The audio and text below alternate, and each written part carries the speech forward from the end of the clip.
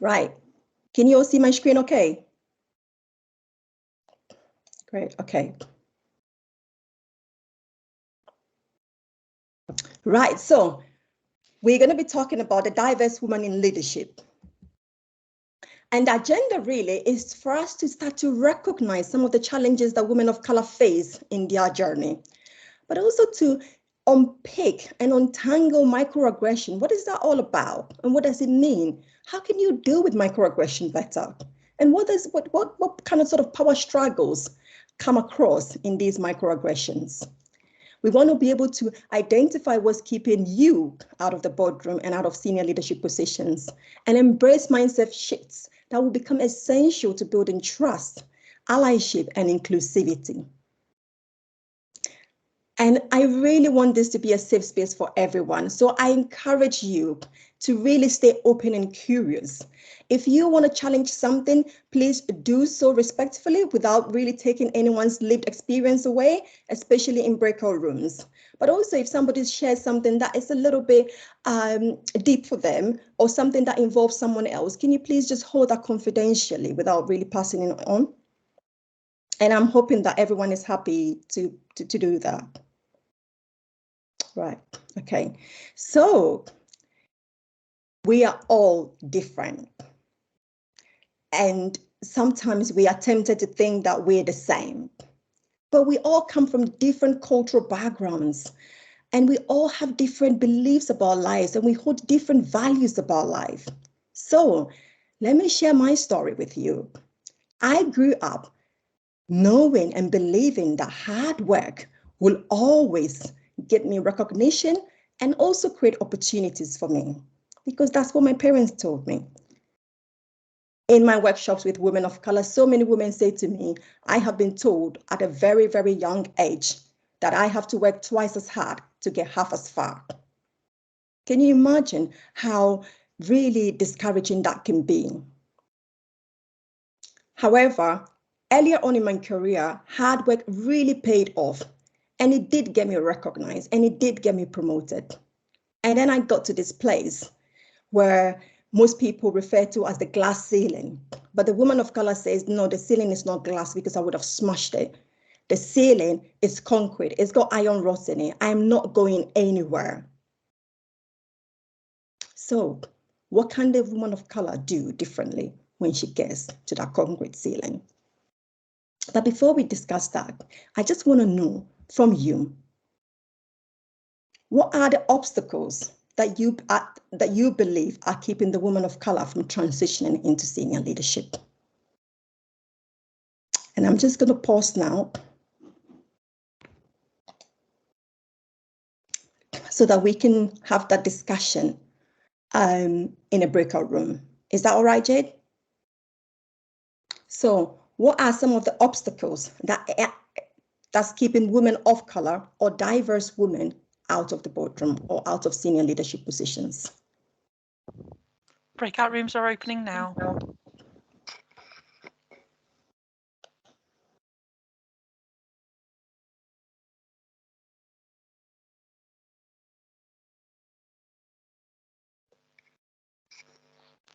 If you've not automatically gone, you can click on your screen as a prompt and you should be on your way. There we go. We've just got, yeah, perfect. It's just the four of us. Right, okay. I realized when I was doing the presentation that I couldn't see you all, and right. I like that. So I must have changed something in my settings. Yeah, because your screen as well, we're looking at your desktop now rather than the actual slides in full slideshow view. So right. Do you want to stop sharing and reshare, and that should reconfigure your screen? Okay, I'm gonna. Have you got two screens, Dorinda? Yes, I do. Yeah. So can you, so do you want me to share again to try? Yeah, please. So at the moment, it's just the four of us. Okay.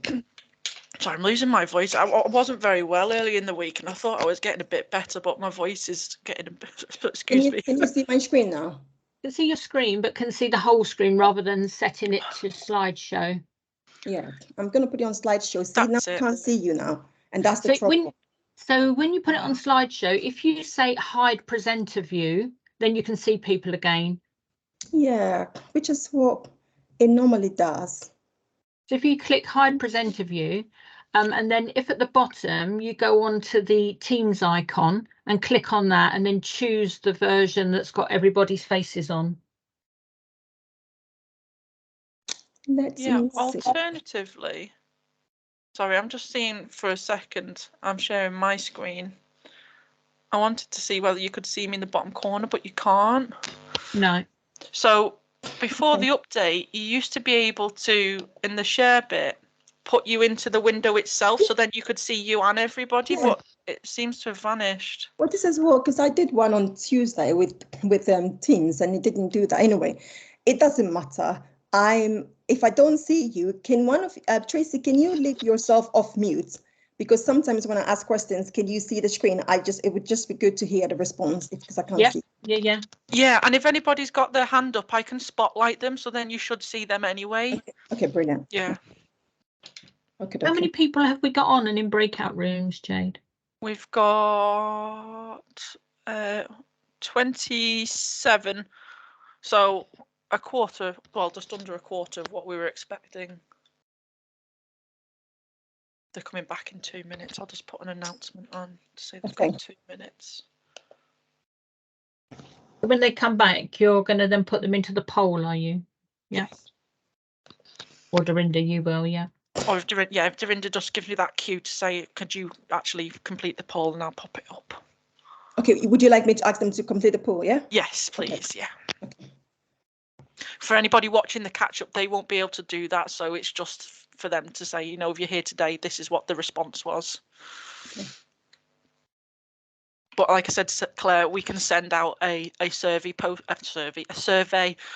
session that then we can get some feedback from them. And I know you've got surveys already prepared through Blend, and it's all GDPR, so we can just send them the link and then you can get it internally, all the data. Because I like the little things you do on social media. Like, this is the feedback that we got. This was the percentage for this question, that sort of thing. I think that's fab. Okay. Right, 1 minute and I'll bring them back. Okay. So we've got 4 rooms in total. If you wanted to call on a particular room to feed back to you, or if you'd just prefer volunteers as well. Volunteers will be fine. Yeah.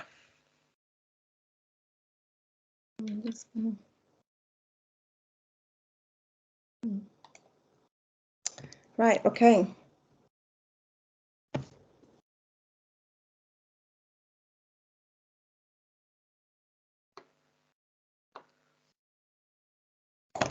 Give it another 30 seconds.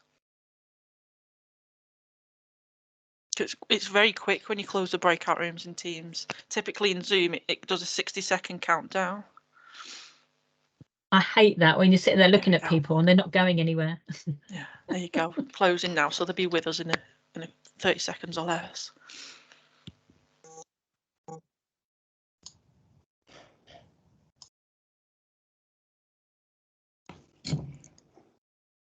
I'm still sharing my slide, right? Not at the moment. Okay. Everybody's starting to come back now. Hello, welcome back, everyone. Okay. Right, okay, so I'm just wondering if anyone would like to volunteer from one of the groups just to share, you know, some of what you discussed with us. I'll start. Do people mind I was in the group? Do people mind in the group? Go for it. I have made notes if you need any help as well. Yeah. So in our group, it was networking, that we're not always part of the network. So there may be sort of external discussions outside, we're not part of that. We come with our particular histories of how to actually cope within the workplace.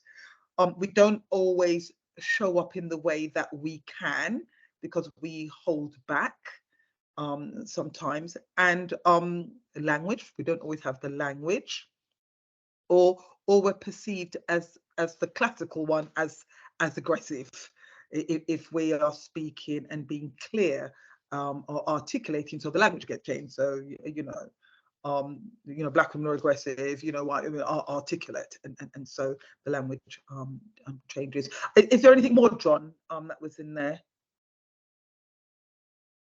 Sorry, John, you're on mute. Terrible. That's an instant fine. Yeah. I think you summed it up rather brilliantly, actually, Jenny. There were a couple of minor things. Well, not minor, a couple of things. Number one was the idea of faith-based culture getting in the way.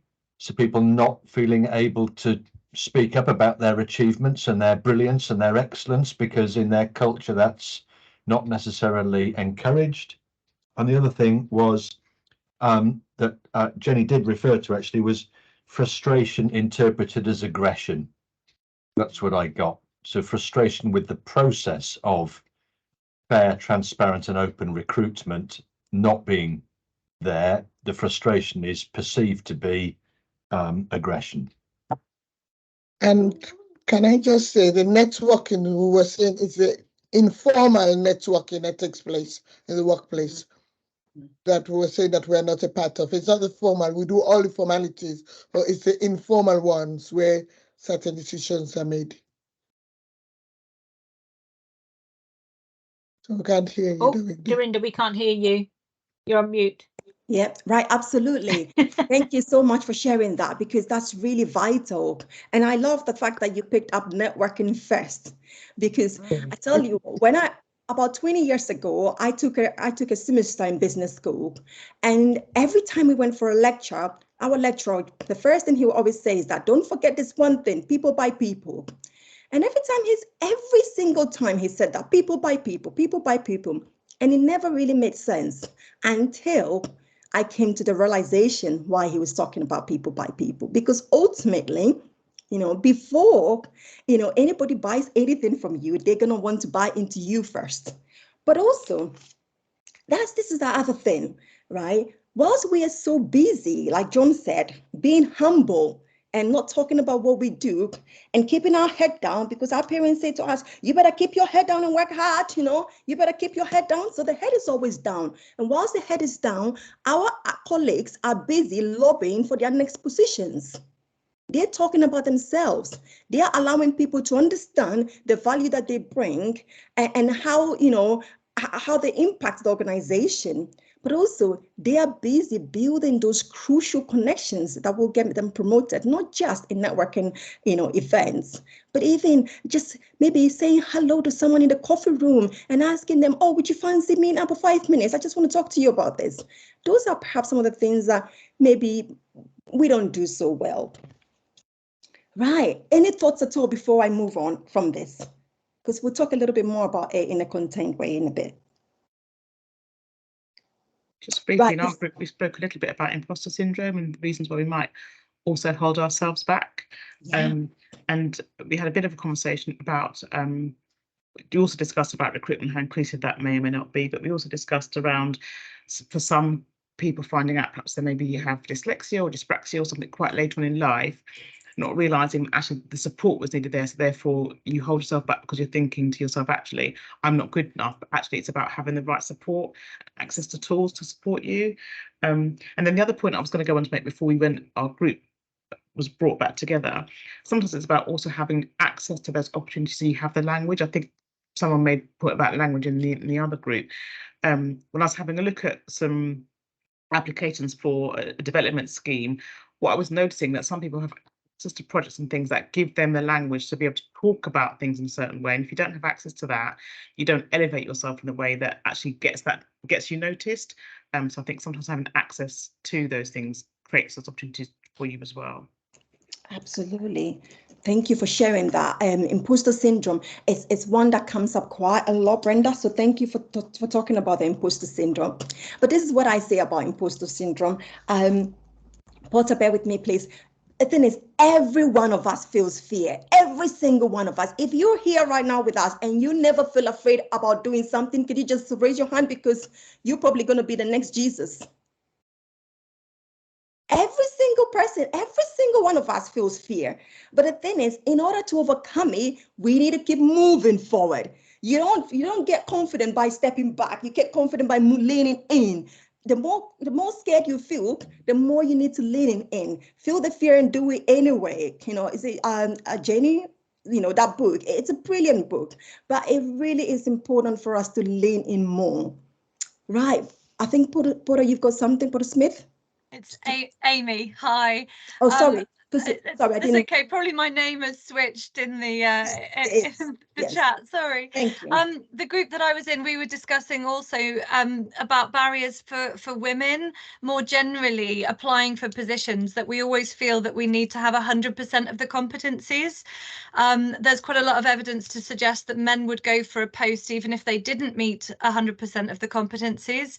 And also McKinsey did a report quite recently that suggested that men are hired for their potential, but women hired on their experience. So there's a juxtaposition there between the kind of the ability to actually apply for those posts in the first place. Oh, absolutely, Amy, because we want to tick every single box, because there's nothing worse for most women than to feel like they're not in control. We need to be in control. This is why you ask someone to do the hoovering and you go back and you try to hoover the corners again, because we don't want to lose control. And as a result, when we're scanning for opportunities as well, we're looking to make sure, am I able to do every single one of this? But also, I think, to be fair to women, a lot of women in senior leaderships get a lot more scrutinized than men do. And this is why they want to be absolutely confident before. Jade has just launched a poll for us, and I'd love it if you can respond to that poll, please.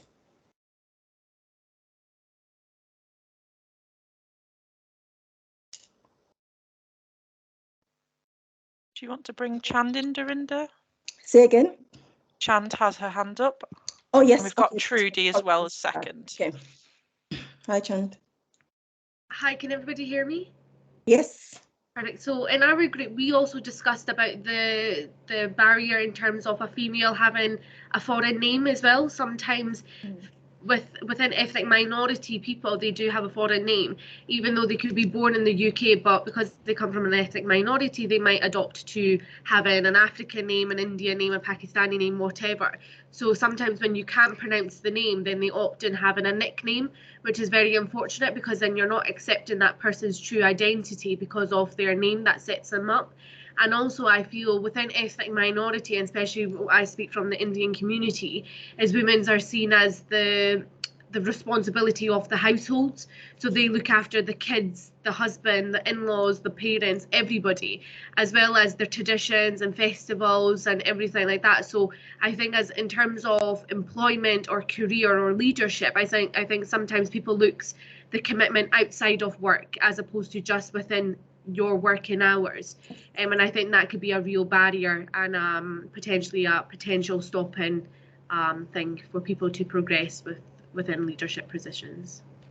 Sean, thank you so much for those reflections. They are really, really key points that you've raised there. You know, just women, you know, being expected to do so much, and sometimes I wonder whether we, you know, perhaps maybe there is opportunities for us to rely and delegate more in these areas, but that's not the point. The point is, a lot of women who then go into senior leadership end up getting burnt out. One, because they probably don't get the support that they require, but I'm also wondering whether it's because we don't always ask for help when we need to.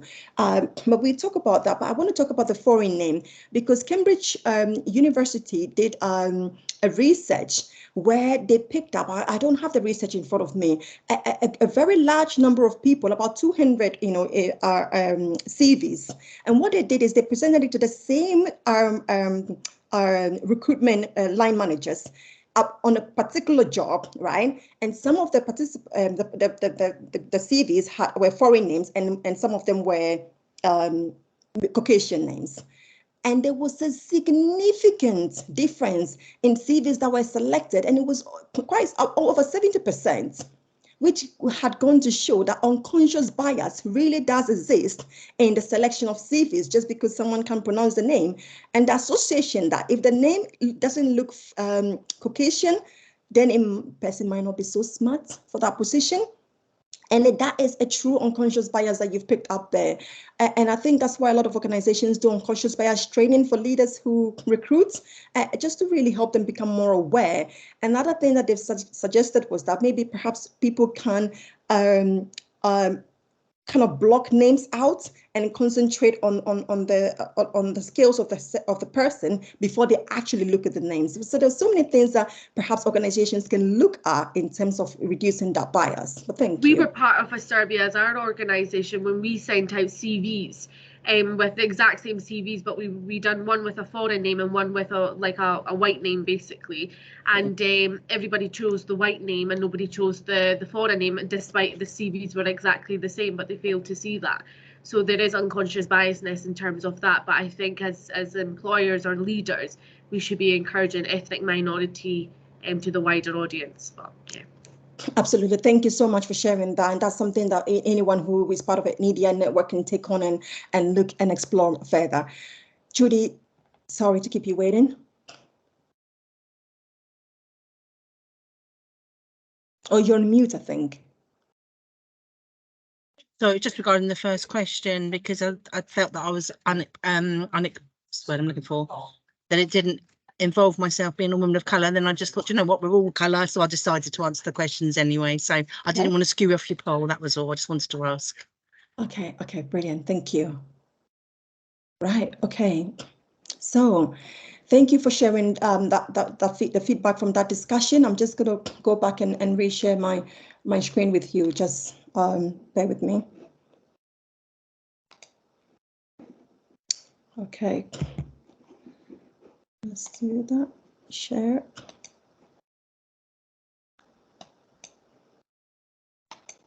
Okay. Can everyone see my screen okay? Yes, we can. Okay, brilliant. Great stuff. Okay, so now let's break it down into boxes, I would say. Let's really look at those challenges. And I'll put it in buckets just to help us really see what might be going on.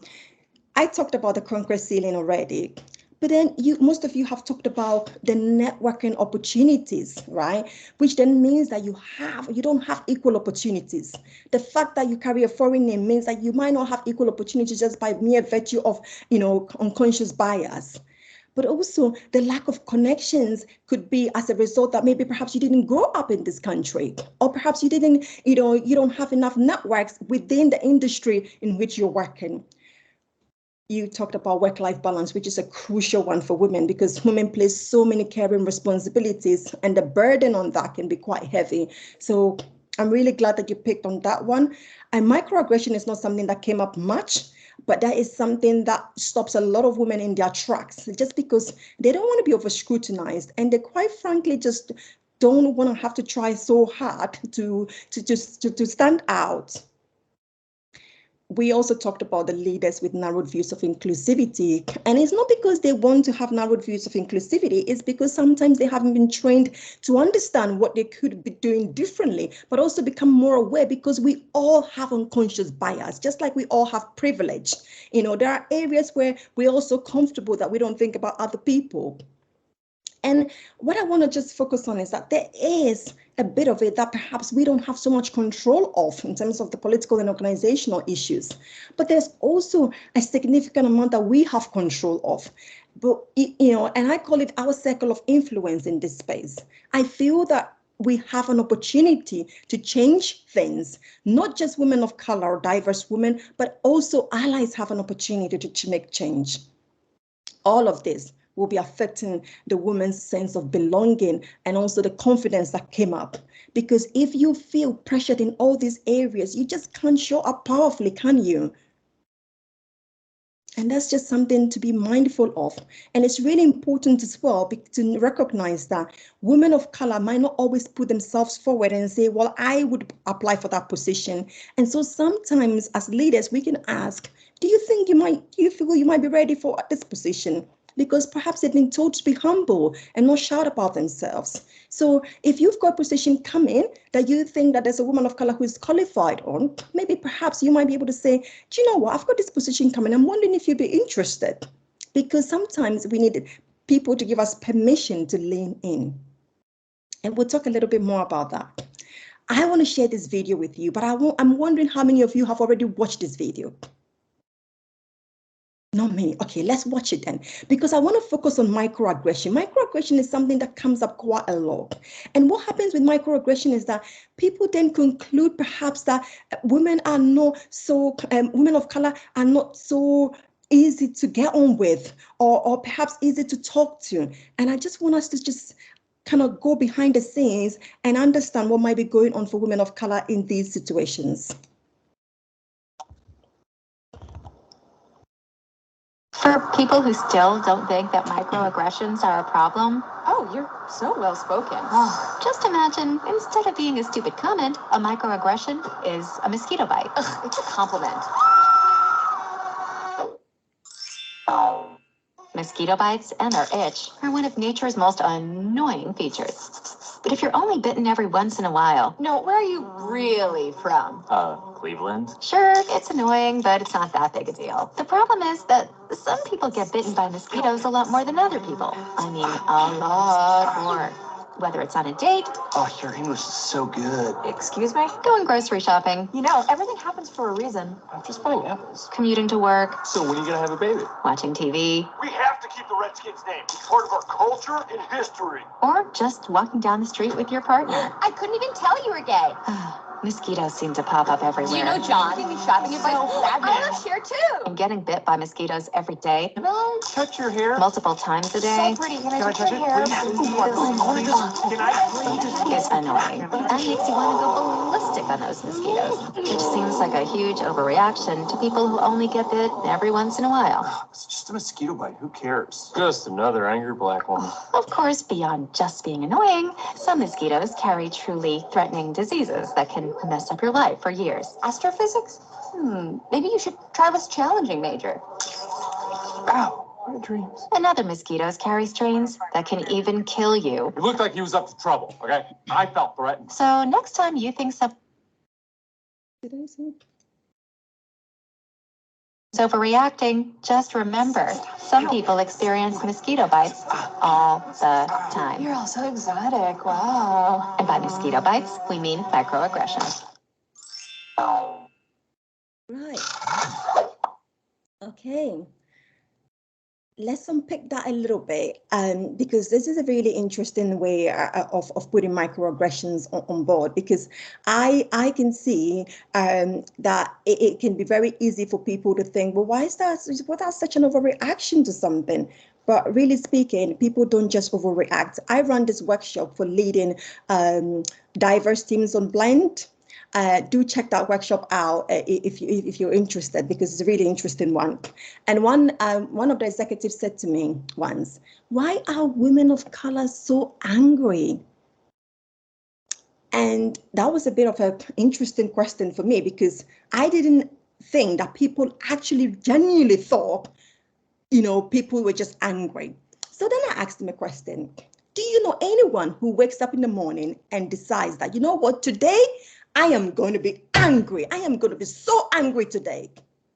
Anger is a response that comes from a place of pain. It comes from a place that says that you can't treat me this way. The world is not fair. This is not okay.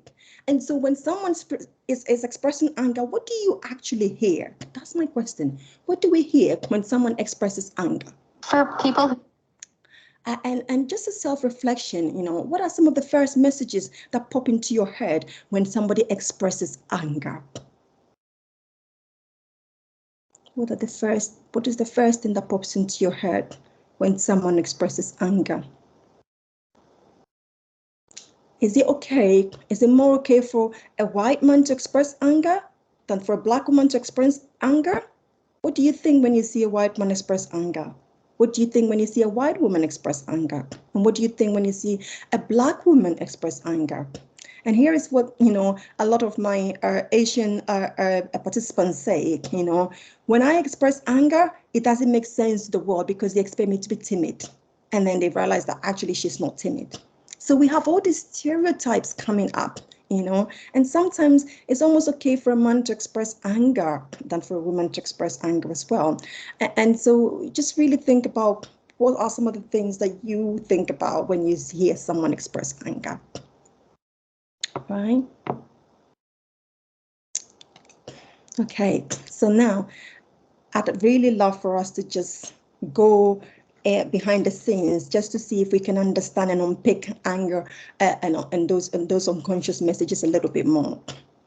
Nobody wakes up, like I said, and says, I'm going to be angry. Anger is a response that comes from the awareness that life is not as it should be. You can't be treating me this way. This is not fair, right? Whenever somebody is feeling inferior, they are more likely to say something to make themselves feel better. And in saying something to make themselves feel better, what you hear is something that perhaps is not so encouraging. And so you think, well, why are you talking to me like this way? Or why are you behaving this way? And the natural tendency then is to then say something even more hurtful to the person. And what you end up then is in a full-blown power struggle, right? Where the other different people take some different things. At the beginning of this conversation, I shared about cultural perspectives as well. Different cultures express themselves differently. Women of color are a lot more passionate in however they express themselves. So when they're feeling frustrated about something, they're more likely to express it more profoundly, perhaps, than somebody else might do. And it's always really important to ask yourself, what might be going on for this person? And I always say that when you're in doubt, ask a question. But also, how can you hold anger more powerfully? This is what I want us to think about. How can we hold anger more powerfully? So, because no one ultimately is willing to be subjected to a position of inferiority. So if you talk down on someone, you should know that they're coming up. But it takes two people to be involved in a power struggle and only one person to pull out of a power struggle. And we talked about this already. If the woman of color expresses anger, then what does the world call her? I want you to unmute yourself and tell me. What does the world call the woman when she expresses anger? Feel free to unmute yourself, please. Aggressive. Rude. Yeah. Rude. Aggressive, rude. Yes, that's right. Because the world is not comfortable with women expressing anger. And it's really, really important that we give women the permission to express their anger, because without the anger, they are forced to abandon hope of something they really aspire for. They are forced to abandon hope of expressing their autonomy. They are forced to abandon hope of their beliefs, or also to stop people, they are forced to be able to accept whatever people, whatever happens without being able to express their values. And that is not a great place for anybody to be. It's really important for people to be able to speak up when they're not happy about something. And so the question that I'm going to ask you next is, how can you respond from a position of power to some of these microaggressive comments and also to challenges?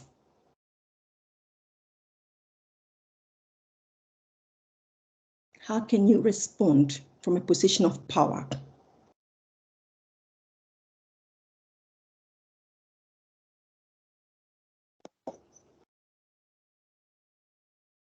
Now, I was just thinking, it sounds like what I do with my kids, in that rather than thinking, why are you making my life difficult?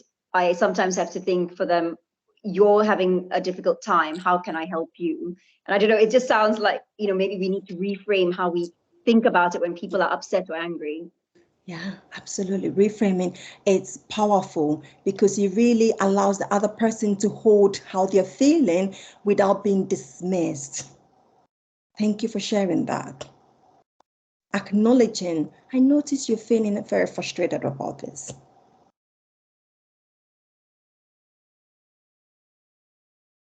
Any more thoughts? I've just seen your hand up, Suman. Has a hand up. Suman, yeah.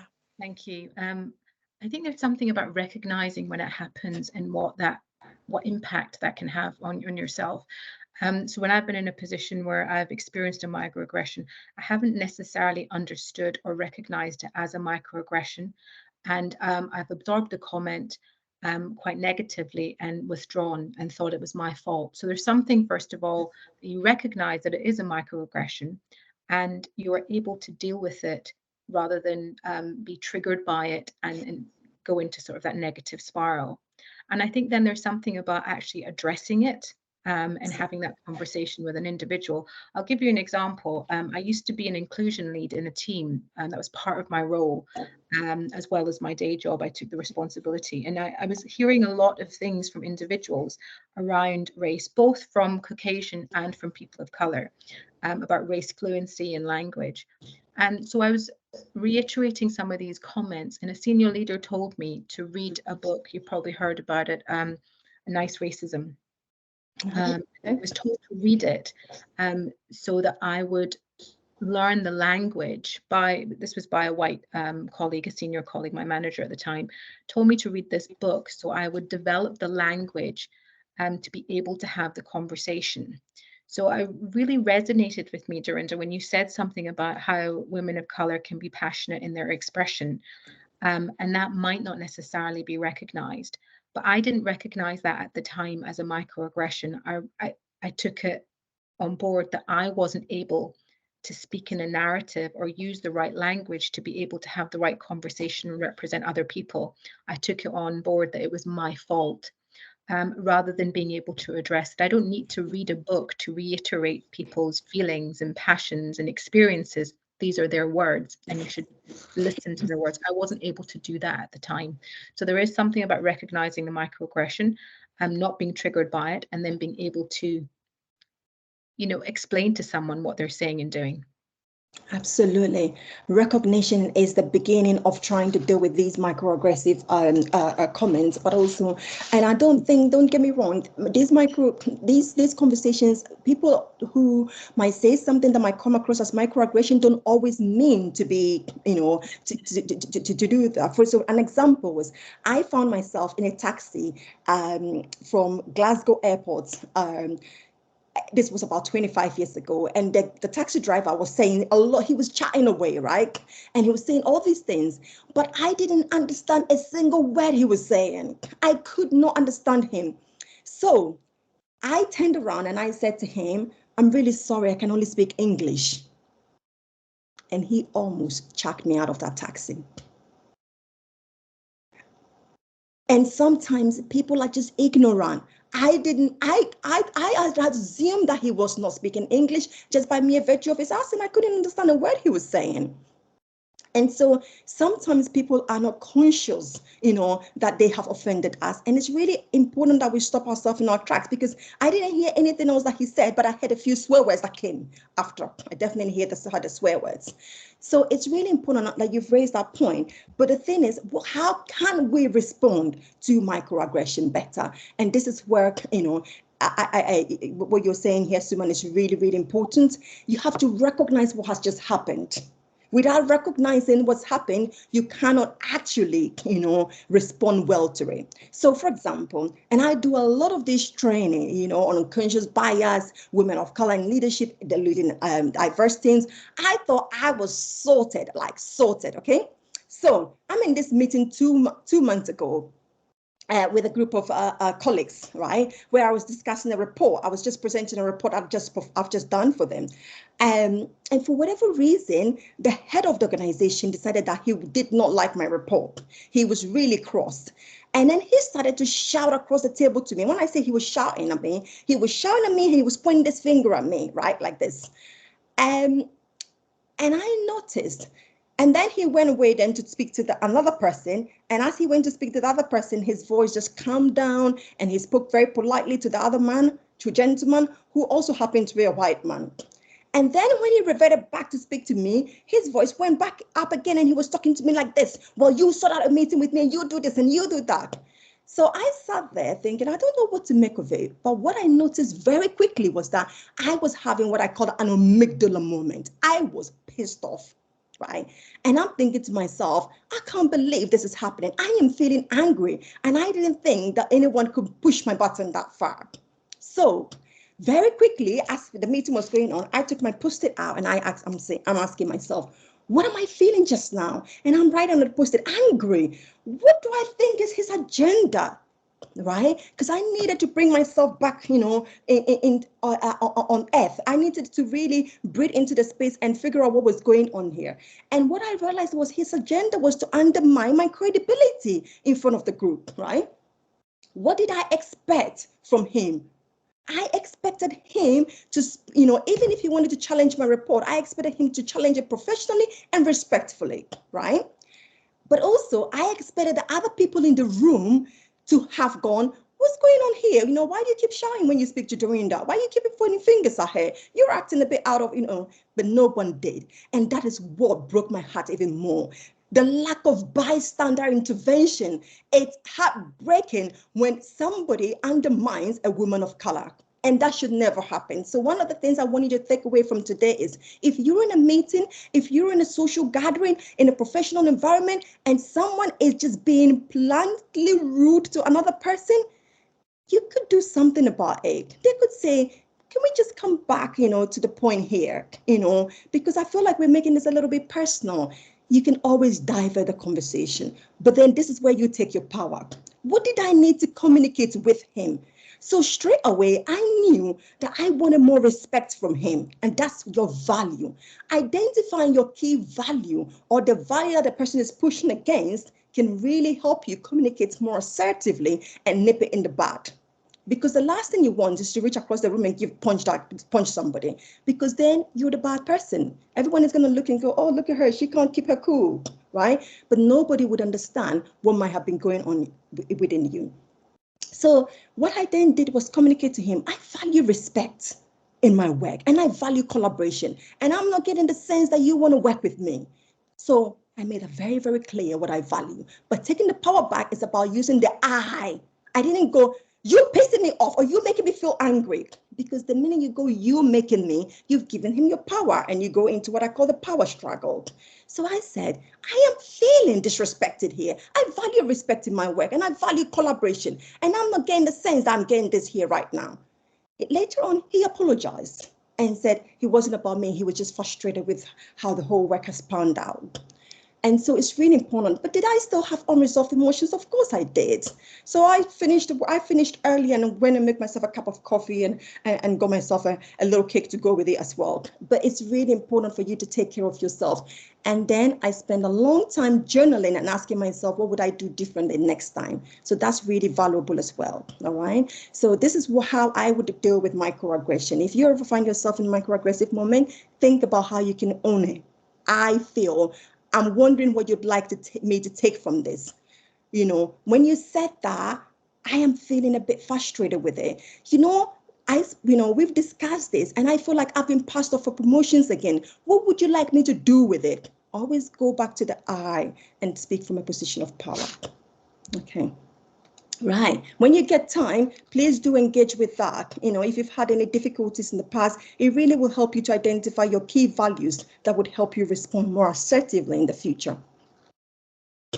But without all of that, we just end up being discouraged, as Suman was saying. And when we're discouraged, we use armor, or we close the door. We don't even bother to apply for senior positions anymore, because we don't want to be in a boardroom and have similar experiences, because we think, well, I don't know how to assert myself, or that might just cause you to shrink and think, I'm not good enough. Maybe my report wasn't good enough. And we can also use passive aggression. But most importantly, in hiding our pain, we unconsciously take a defeated stance. And that's not a good place to be. All right. So some of the other things that we can do to really help improve our presence is to become aware and also shift, our perception. If you're in doubt, stay open and curious. These two words, if you can take these two words away from today, stay open and curious. Ask a question if you're in doubt. And it's so important that you work smarter, build those connections that would really help you thrive better, and take time to celebrate your achievements. Don't be so humble all the time. Humility is a good thing sometimes, but sometimes you need to be able to flaunt yourself and let people know that you're doing well as well. I use positive mantras all the time, especially those moments where I'm feeling really afraid and I don't know, or perhaps I feel I need more encouragement. I use a mantra. Surround yourself with people who value you, people who are going to give you the feedback that you need to hear in order to boost that confidence, because you always need to think about, how can I boost my confidence here? So surround yourself with people who boost your confidence. Self-regulation is really important. I spoke about that already. That assertive communication, I want to reiterate it. If you can't find the words, just because you're confused, go back and ask yourself, what was it that I needed from this person that did not happen? What would I have liked instead? All right. Take a break if you need to and reflect on the situation. If you don't know what to say, or if you're so angry that your feet is wobbling, then it's time to take a break and just excuse yourself. Journaling has been really powerful in helping me express myself in moments where I didn't feel I could express myself. And it helps me build the language I perhaps needed in order to show up powerfully. Exercise can also be really good benefits, really to help us shift that discouragement and move into our confidence zone. Harvard Business School had done a lot of research, and that shows that there's still so many women of color who are in support roles in many organizations, and they have to prove themselves 10 times more in order to progress. And it's really important that we ask ourselves, what can we do as allies to support women of color more? I say it's time for us to build bridges. What am I said here? We want to break the barriers and build bridges. Okay, so the barriers are, our unconscious biases. The barriers are the stereotypes that we have in our heads, and it's not our fault. We all have these stereotypes. Some of the barriers also include becoming more aware of what we're saying to individuals, because we want to be able to create a safe space for people to feel that they can express themselves. And in order to create that safe space, we need to make it comfortable for other people to experience us, but also to understand our world better. If you can assert yourself so that people understand your world better, you're almost training them on how to treat you. So I value collaboration, and I'd really love it, if we can work together. There are so many allies here today, and you have the opportunity. If you remember what Maya Angelou said, people will forget what you say, but they will never forget how you make them feel. And we all can help make other women of color feel supported, valued, and welcomed, because that is ultimately going to build that sense of confidence and that sense of belonging that says you have the permission, the right to be here too, and helping them own their space better. Jade, I recognize that you probably need to do a poll now. Is that correct? Right, okay. I think poll number, I would really love for you to contribute to this poll that's coming up, all of us, because we can all be allies for other people, whether you're a woman of color or not.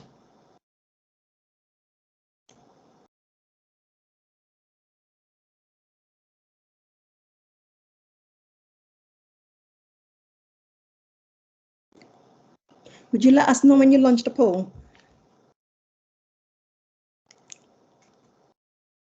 So we can't hear you, Jade.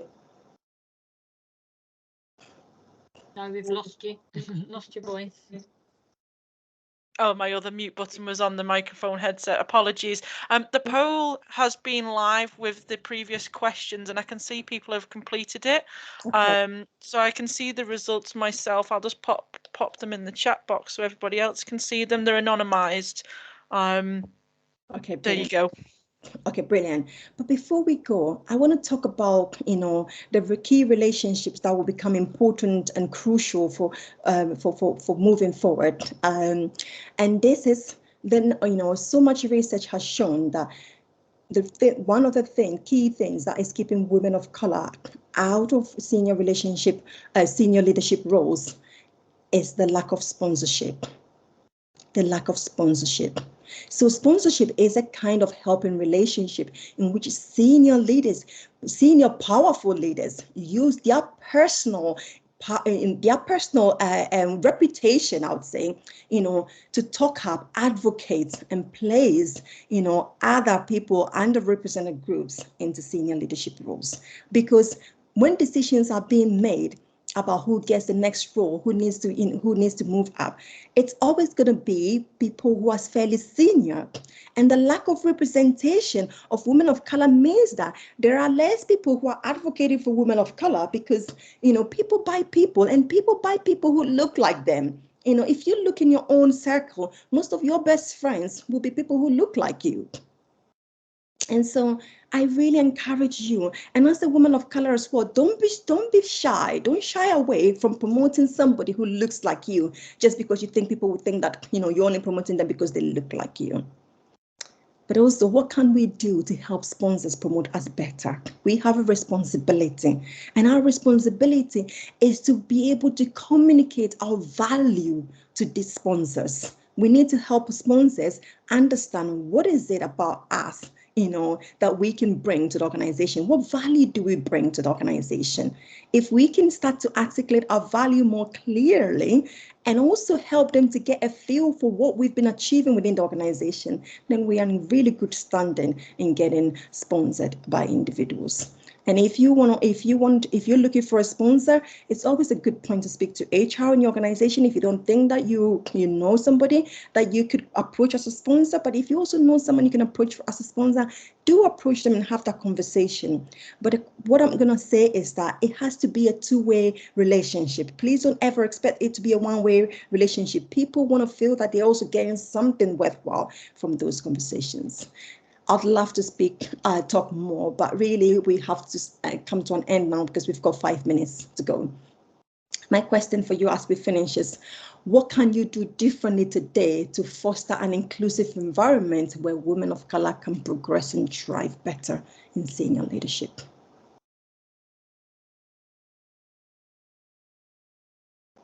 It's just a self-reflection.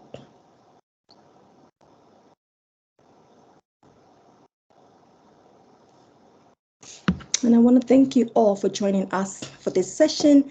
It's been an absolute privilege of mine to be able to talk to you today. I'm just going to stop sharing now so I can bring you in if you have any questions. Thank you, Dorinda. I just wanted to let people know that we do have a very, very quick online survey, anonymous survey that we're going to put into the chat box for people to do and send. And if Jay could send out afterwards, that would be great. Just so we can give you that feedback, Dorinda, and what you might want to put in next time for people and how it's landed with people. But thank you very much for that. I'll hand back in case anyone's got any final questions for you. Thank you, Tracy.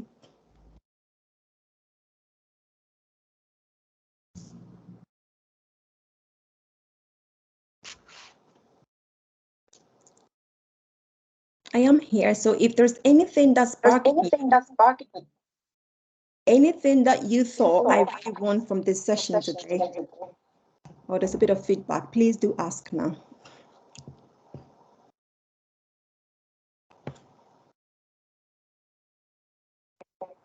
Lots of nice comments in the chat box, Dorinda.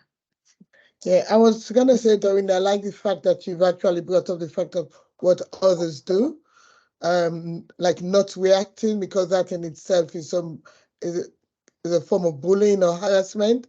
Because when you're in a team and when it comes to work, we're all working as a team. But when a woman, a person of color is picked on, the others keep quiet, you know, just fear of upsetting the leader. Yeah. And then you'll be in a group of 8 or a team of 8 people, and then which means then 7 of them are against you, so not just the leader. Absolutely. Or you feel that way. You feel that way. I have to admit, after the meeting, I had all of them email me and say, I'm so sorry, I didn't know what I could do. It was really uncomfortable watching what was going on, and I felt really awful, but I didn't know what I could do.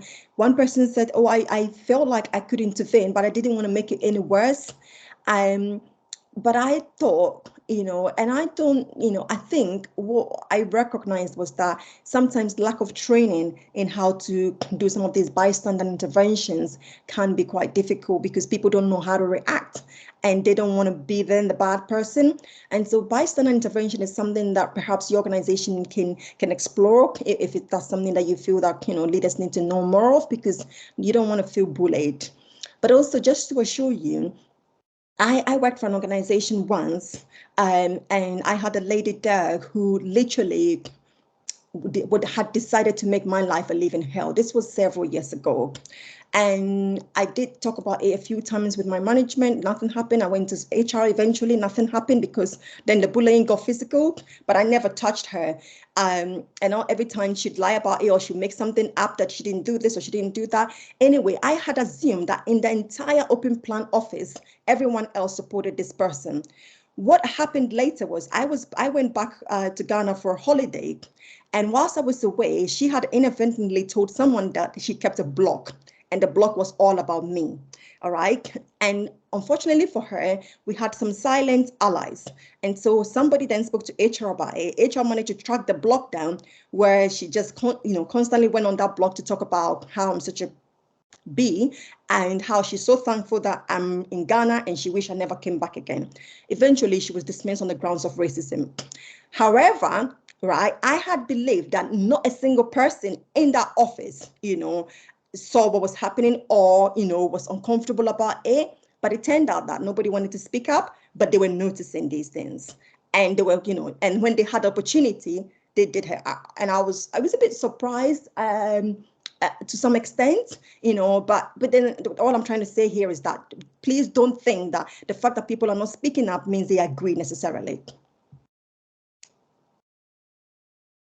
Thank you. You're welcome.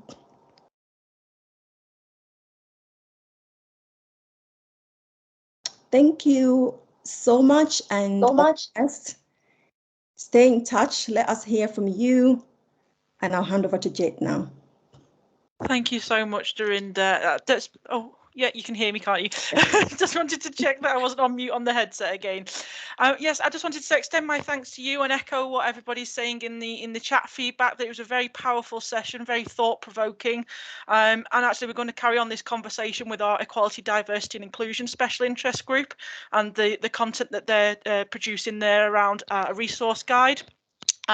Our next Women in Leadership Special Interest Group meeting will take place during our Wellbeing Festival online on the 16th of November. 12 till 1, we'll have a session on imposter syndrome that will be delivered by Amanda Reynolds, founder and co-founder and director of Blend Associates Limited. So as you alluded to earlier in the conversation with Brenda, we will have a session on imposter syndrome and we look forward to seeing you all there. A copy of today's recording and the slides will be shared to everybody, including the survey feedback link and also the little screenshots of the word clouds and feedback from question 1 as well, so that you can have that information to use as you wish to. But all that's left for me to do today is extend my thanks again, and we look forward to seeing you at the next Women in Leadership Special Interest Group meeting. Thank you, everybody. Take care. Enjoy the rest of your weeks. No, thank you. Thank you. Bye. Bye-bye. Bye. Thanks, everyone. Thank you. Thank you. Bye. Bye.